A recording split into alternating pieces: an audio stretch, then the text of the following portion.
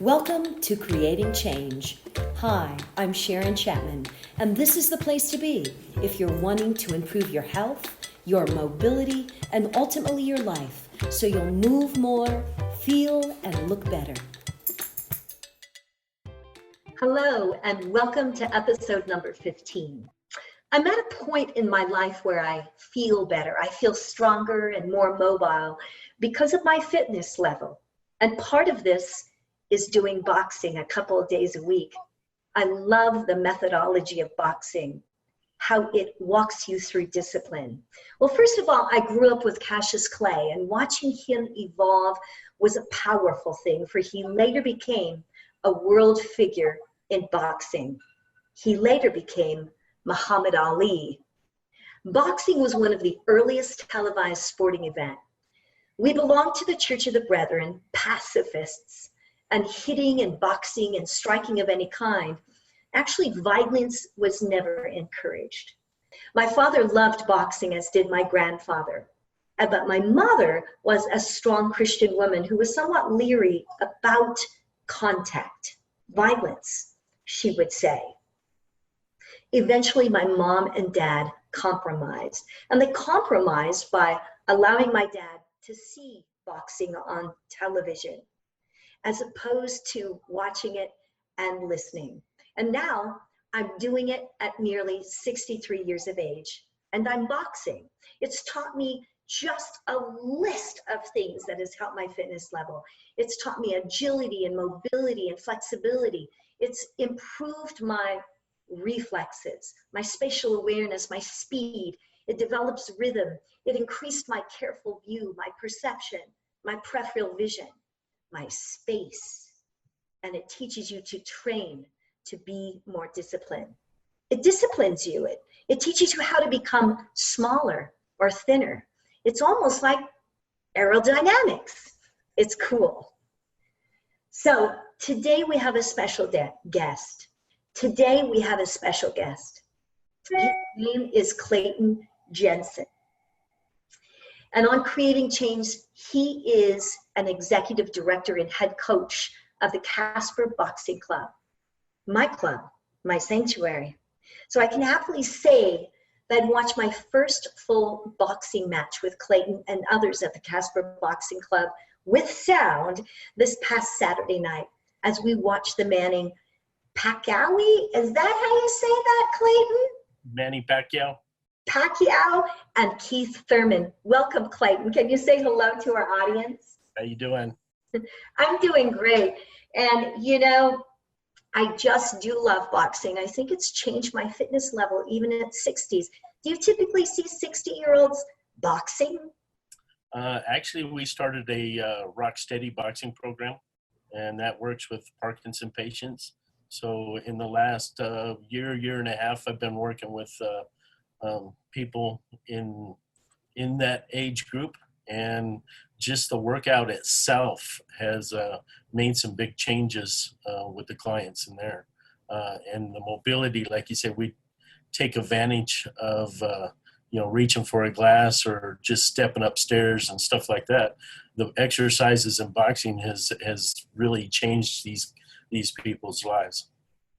And it does. I know that for a fact at the Casper Boxing Club, a lot of wonderful things are happening. And I know that your mission is using the body and mind as a catalyst to bring about change in the world. You're restoring at-risk youth foundations, and you're inspiring them to aim high. So you're kind of creating an environment, a safe house for young people to reach them, and often those that are unreachable, and to restore their potential by offering them a chance to live healthy, positive, and productive lives. I know that law enforcement is evolved with the Casper Boxing Club. What connection does the Casper Boxing Club try to create with local law enforcement? What we have is a PAL program, which is a police athletics league. So we coupled up with that national organization. And we have a couple of officers that come in on Wednesday nights, and they actually help the kids go through some programs They will show them, their job duties, some of the stuff that the kids are going to look at, either through drugs, domestic violence, all the things that our kids are going to encounter these days. So Absolutely. with that Absolutely. with that being said, then these guys, we have a couple officers that has been pretty great having them, and it been doing a pretty good program. We've got about 30 kids involved in that right now.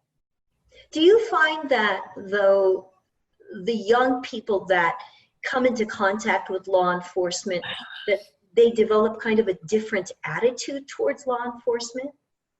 When we first started the program, excuse me, I thought we had a pretty good relationship there, but when I noticed some of the kids, they didn't want to see the uniform or anything as far as the cops. They would sit there and run away.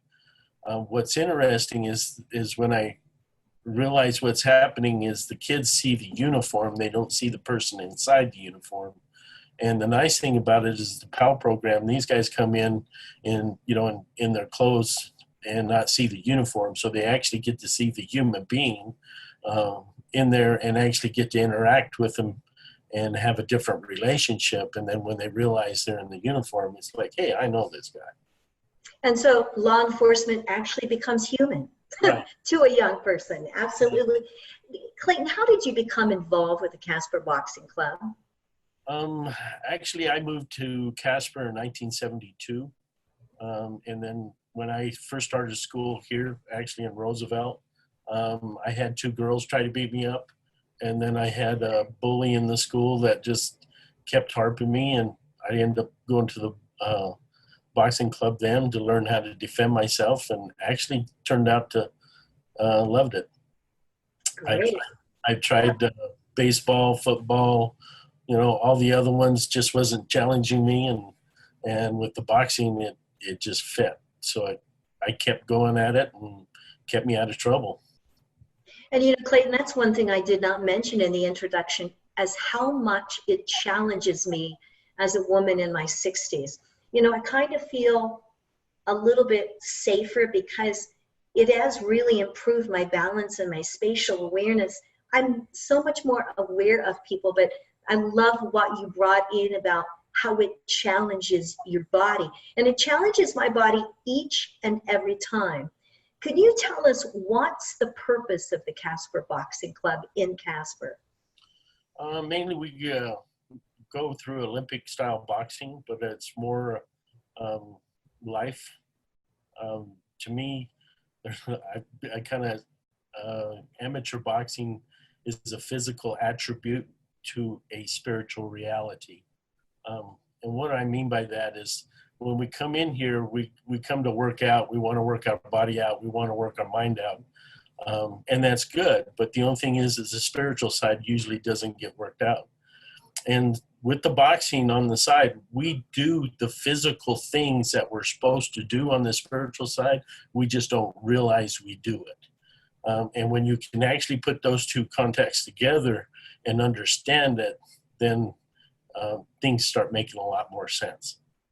So I've seen in the boxing club that sign that says mind, body, and soul. Mm-hmm. So you're really incorporating the spirituality, correct? Correct. Wow. On the kids that will allow us. Some kids don't want it. It's like any programs. You got good programs, but the only program that's going to work is if the kid wants to work it. Absolutely. What do you think boxing teaches young people from Casper Boxing Club's point of view? I'm hoping we're trying to teach a work ethic, for one. When they come in and they just want to stand around or play with their phones, that's not going to work.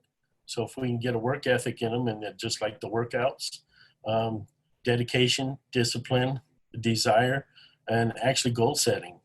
And some of the things, if you look at it, as also can help you business-wise, decision process, and and make the right decisions. Because if not, in boxing, you don't have to wait to find out if you made the wrong decisions. You usually find out pretty quick.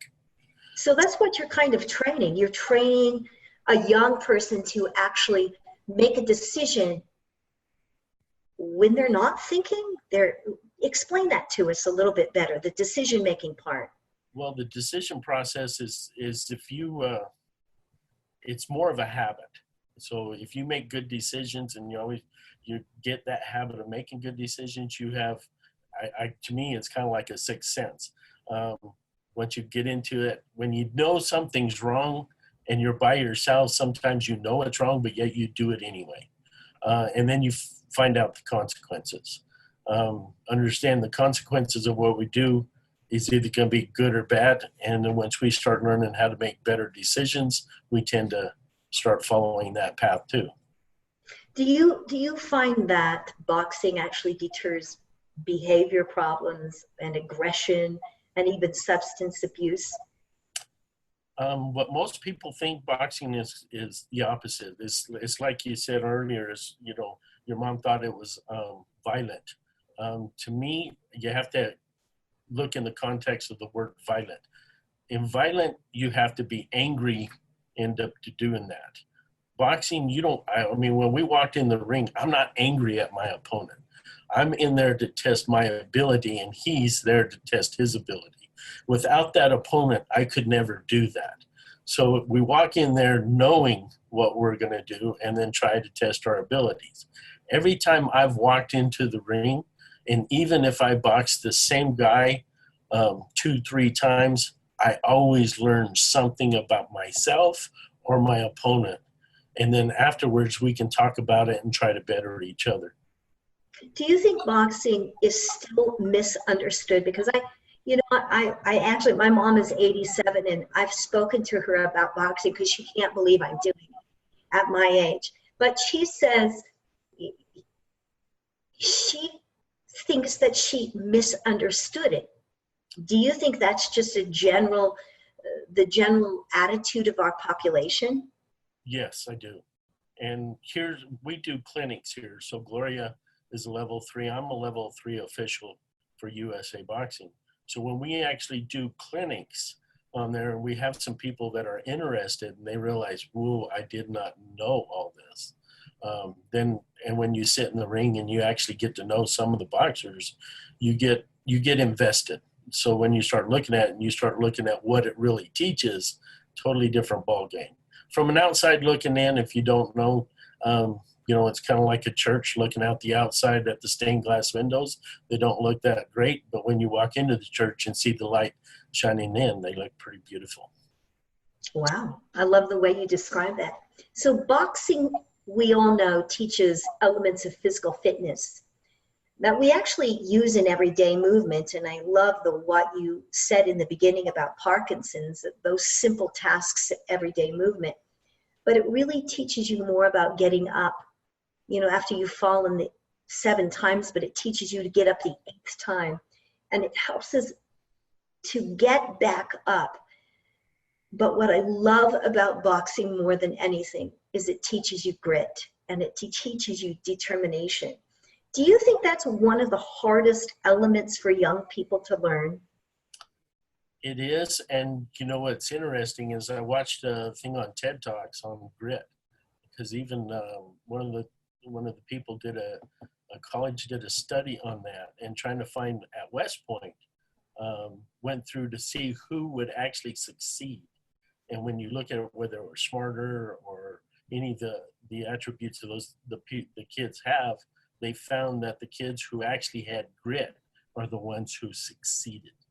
And, I had Sergio here that walked into our gym, and that when I actually listened to this CD, I had to go back and ask Sergio, at what point in the boxing program did you make that decision that grit actually came in? Because this gentleman just keeps going. Talk to us about Sergio, because let me tell you a little story about Sergio. I told you this story a few days ago, Clayton, and how I got hit in the face for the first time ever. It was so shocking to me. I was not used to contact there. And actually, my boxing coach just actually touched my boxing club, and it was my own boxing club that hit the side of my face. And after that, apparently Sergio was looking at us and watching probably this old woman boxing, and he came up to me and he says, "You know, I don't even know who you are, but let me tell you about the first time I was hit in the face." And he was so humble. And he said that first time taught him so much. Talk to us a little bit about Sergio, because Sergio is just somebody who recently graduated. How long has he been in this program? About 5.5 years. And he started, getting in trouble. His mom come in and asked us if we can help. Actually, since I work, with the church, with St. Patrick's, we started getting him back into confirmation and got him confirmed and everything through the church. So he's been attending quite often. So a lot of that I get to do a spiritual work with him more than some of the other kids, because we're on the same faith base. So some of the analogies I can use with him, he grasps. And when he applies that, it's interesting how he has taken it to the national level. So right now he's ranked 9th in the United States, and we got 2 tournaments coming up here in October and November that we'll be attending to see if we can get our ranking up a little higher. So over the 5 years, I mean, he's grasped a lot of teaching. Him and I have a very good relationship. The thing about this, him being in the corner and listening to what I'm asking and watching him do that. So it requires a huge amount of trust. The huge amount of trust is his part is I got to be able to believe in his ability to do things, and he has to believe in me, in what I'm seeing, and when I ask him to do something, and watch the reaction. And while he's just 18, he just graduated, correct? Correct. I'm looking forward to kind of watching him and trying to see where he goes. And this is a ministry of yours, correct? Yes, it is. I mean, for the kids who allow it, we go to church, we do certain things. I've taken these guys to some men retreats, and the Lord has done some amazing things, but the growth. And the reason why I do this is because, I've been coaching now for about 31 years. So the first probably 12, 13 years I've coached, I've watched kids come in here, and as long as they're in the boxing program, the kids were doing good. And even myself, as long as I was doing the boxing program, I was doing the running, doing the workout, traveling, and competing, I was doing good. But once we backed off from the boxing program, then we started getting in trouble. And most of the kids end up getting, probation or anything like, just getting in trouble with mom and dad. And I noticed the cycle. And that's when I started questioning is like, what am I doing wrong, or what's going on here, is to find out why can't I reach these kids, or what's happening. And actually that's when the spirituality started coming in, is because in boxing, I think all the habits are there. And what I mean by that, when they asked us to, pray and fast, what's interesting is we work out, and most of us, we will fast to be able to make weight, but we do it for the wrong reasons. So when we do it for the correct reasons, then it's actually even more blessings. And that's one of the things that I've noticed over the years, is that if I can teach these kids on the spiritual side how to live life when they quit boxing, they can keep going in the world, because now they know the real fight, not the fight that they're doing in the ring. Because I have even grown men come in and say, you know what, I would rather box in the ring than live out here in the world. Absolutely. Clayton, do you feel like our youth is facing, I guess we could say, demons more than we did as we were growing up?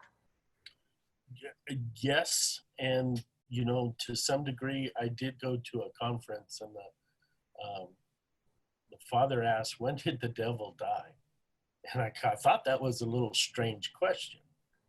When did the devil die? Yeah, and that question, he said, when we quit talking about him. So the fact of the matter is, when you sit there and don't think he doesn't exist, or is not around, or doesn't have any influence, that's when he comes into your life and start playing with your emotions, feelings, and whatever he can do.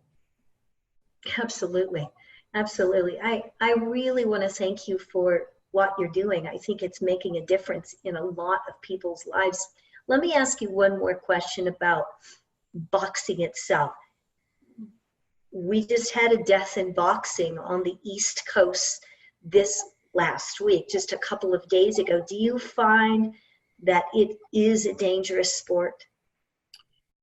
It's so much like life. I sympathize with the family in their loss on that. Most of us as boxers, we walk in there, we know that is a reality. But we also try to take all the precautions to do that. But again, you can walk outside and get in a car wreck and don't know it either. In that, we know that. And that's what I mean. Boxing is so much like life that you never know. And unfortunately, when we walk in there, and that's why even the pros, we know that. But then again, to actually find yourself, you got to lose yourself. And on the spiritual side, it's kind of oxymoron, kind of saying, but yeah, we don't like seeing that. And actually, if you look at the coach sit there and stop the fight because he was taking too many hits. So, I mean, there was a lot of things there that was trying to work, but you never know what's happening inside the boxer. Absolutely. How can we help you, Clayton? How can we get the word out that this small facility in a small town city like Casper in Central Wyoming? First of all, it's an amazing place, an amazing platform for God's possibilities. And it seems to me, I always feel a great deal of safety there and a great deal of warmth. How can we help get the word out? Anything you can do. Right now, I'll be getting ready to start a competition team here in September for the new year. Actually, we've got fitness boxing here, so if anybody wants to come in with no contact and come in, they can help us that way, and you can donate to the club because we're also a 501c3 nonprofit organization. Great. And are you a part of the girls and the boys and the girls club of Casper as well? No, we partner with them. We're a separate 501c3, but we're right next door to the Boys and Girls Club. And actually, that's what I started out as, the Boys and Girls Club, but we are two separate, different nonprofits, and we work together. What do you think your biggest need is at this time, Clayton? Really financial on that, and then just the word out, getting the kids here, and getting some, like I said, trying to find those kids that would give me the grit, and then we can get them on the national stage, or just helping them with their goals. I mean, even like Sergio, graduating was one of his mom's goals, and there was a few times that we had to push him through to get that graduation, and he did graduate. So that was one of the things, watching their lives and everything else, and what they deal with on a daily basis in school or at home, and then try to keep on the task of making their goals. And so, Clayton, as a boxing coach, what if you're interested in helping with that fitness? Do you guys accept volunteers? Do you have, I know you have a number of coaches because I know a few of them. How do you do that yourself in terms of finding coaches and volunteers? Coaches, it's pretty hard. And actually, with the few coaches we've got, I pretty much, they've grown up with me, working with the boxing program, and then turning them into coaches and being here. Officials is what we do need. And we will go through a 8-hour training with them. And that's what we're looking for, is because I am trying to build a production to where we can actually have shows here in Casper, so these kids can actually perform and be able to raise money so they can go on trips. And the officials, I'm looking for 10 officials, and if we can get those, we will train them, and then we can actually start putting on some shows here in Casper. So what are the requirements? Is it being official? Can you be male and female? Yes. You have to pass a background check. You'll have to do a safe sport, and then be a member of USA Boxing. Excellent. So how might we reach you, Clayton? If someone wants to reach you, how can we do this? What's the best direction to you? You can reach me on Casper Boxing Club at AOL.com. My phone number is 307-259-0346. Or just come down to the club at 910 Barber Street between 5 and 8:30. And we'll make sure all of that information is in our show notes. So I just want, this is just not a youthful sport. I'm telling you that I feel so much better, and I do a lot of things. I'm a Pilates teacher. I run, I lift weights, but it really has changed my life, and I want to thank you for what you're providing to Casper and to its youth. But I want to just say this, Clayton, that you can teach an old dog a new trick. We want to encourage men and women, if you want a great fitness workout and one that is constantly changing, constantly challenging you, you should go to your local boxing club. So Clayton, thank you so much for your contribution towards Casper's youth and Casper's community. Thank you for what you're doing in the spiritual world, because I think your ministry is amazing, and we're going to try our best to help you get your word out. Thank you.